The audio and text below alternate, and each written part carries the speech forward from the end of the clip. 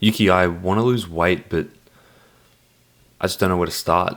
Every time I try to lose weight, I lose a little bit and then it pauses, or I even put weight back on sometimes. Losing weight is incredibly difficult. Don't be fooled by what any of these internet influencers say about weight loss. Yes, scientifically, calories in versus calories out and energy expenditure is the foundation principles underlying weight loss.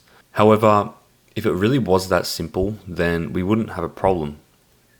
I'm no professional on this, but from what I've seen firsthand after working in the industry for so long is that your weight is a direct result of the habits that you've built around food for years.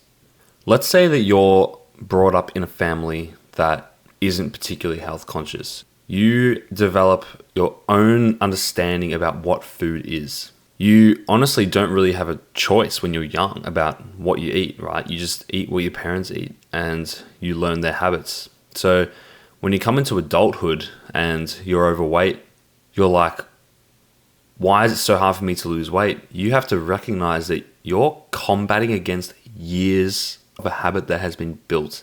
That's going to take some time and serious effort to undo. It's different for someone like myself. I was raised by my mom, who always forced me to essentially eat a balanced diet and full of home cooked meals and nutritious foods, because that's how she was raised. So I have the privilege and the benefit of understanding, I guess, what good food looks like.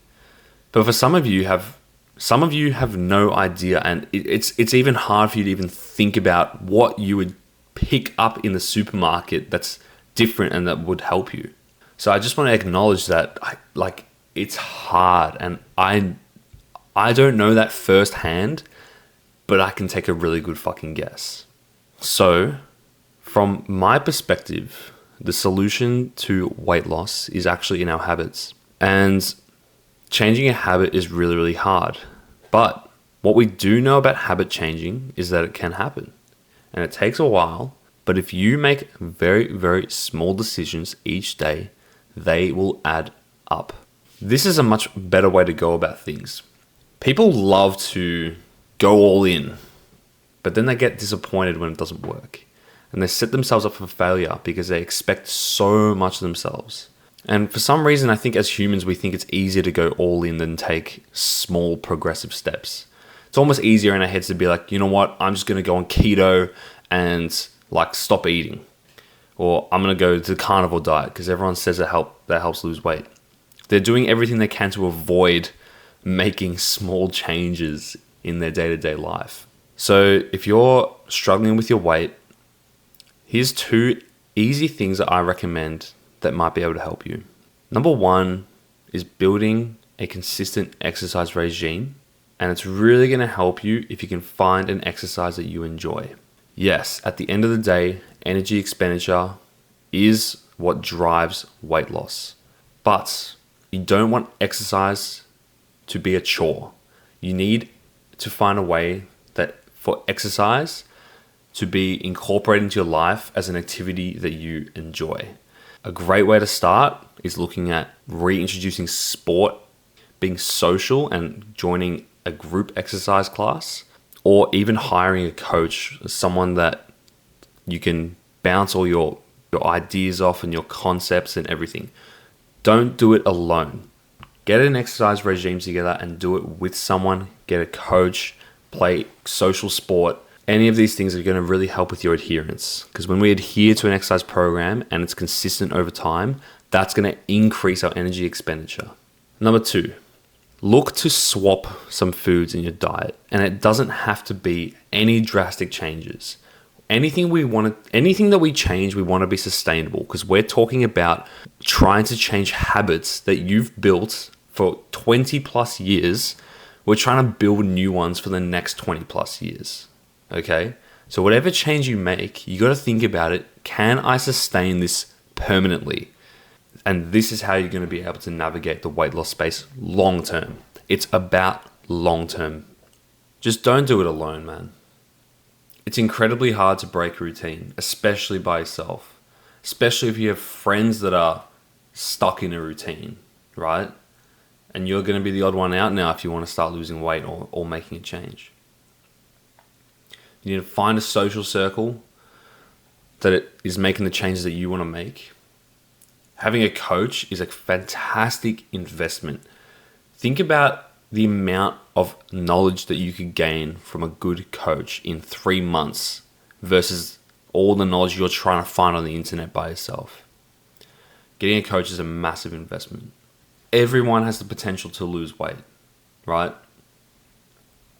Yes, there are certain illnesses and diseases that definitely slow down our metabolism, but they can still be managed.